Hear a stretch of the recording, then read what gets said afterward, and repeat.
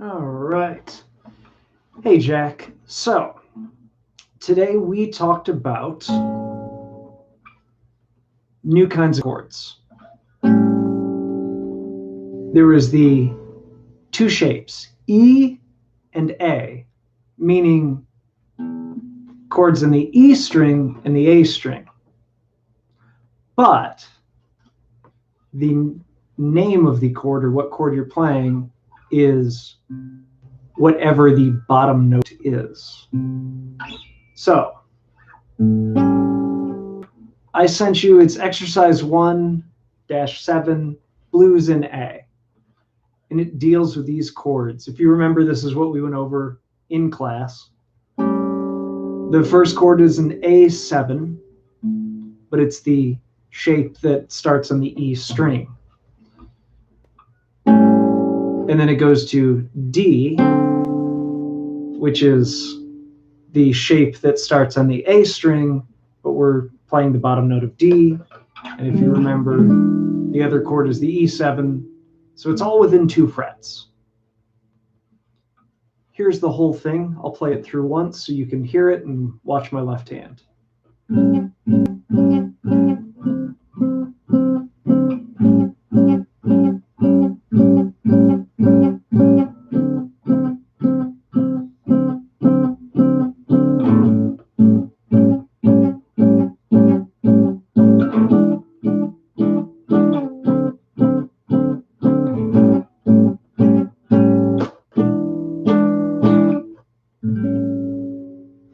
So there's the whole way through.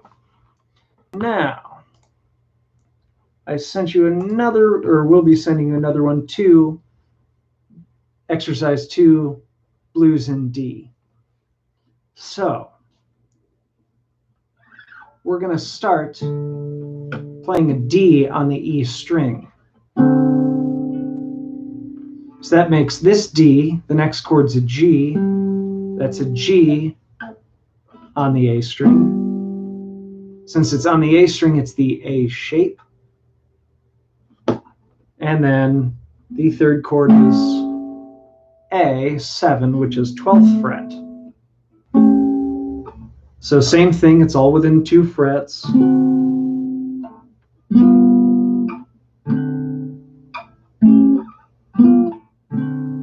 Now, what if you're like, I don't want to play it that high up, that's super high up.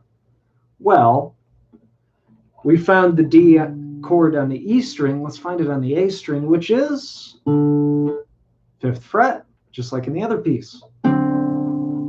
So this becomes D. Nearest G is not all the way up here, but right here. 3rd fret, starting on the E string, so E shape. And then the other chord is A7. Well, that's only 2 frets up from G, so again, everything's within 2 frets. Blues is easy. So, here is blues in D.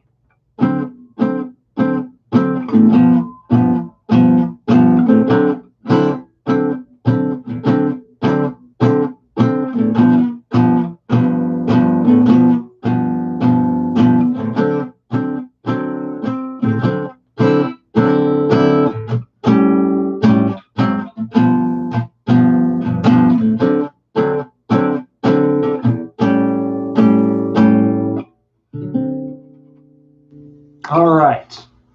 Now, last bit.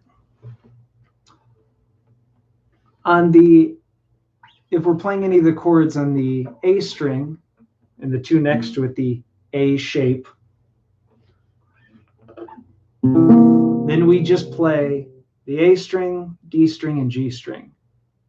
But if we're playing the chords that are the E shape, starting on the E string, there's that pesky string in the middle, which, if you're playing like an A, doesn't sound too bad. But maybe you're doing B flat.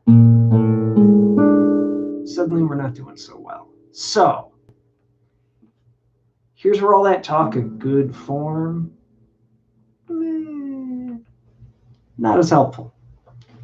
what you're going to do is, instead of trying to keep all your fingers from touching other strings, that first finger, it's a little tired, it's lazy, so it lays down and it mutes this string. You don't want to pluck all these individually. It's not the same sound. It's adding a lot of extra work too. Just so that mutes there. Funny story, A shape, just in case. I mean, we can really rock out, but I kind of also like to be lazy with this finger too and push it up to mute the E string. So this one's a little trickier because you still have to be vertical enough that you're not muting the D string, but you can do the same thing with this one to mute the B. We'll cover that more next week if you are confused, but for now, just getting used to the different shapes and changing between them. All right, it was good seeing you today. I'll see you next week. Enjoy.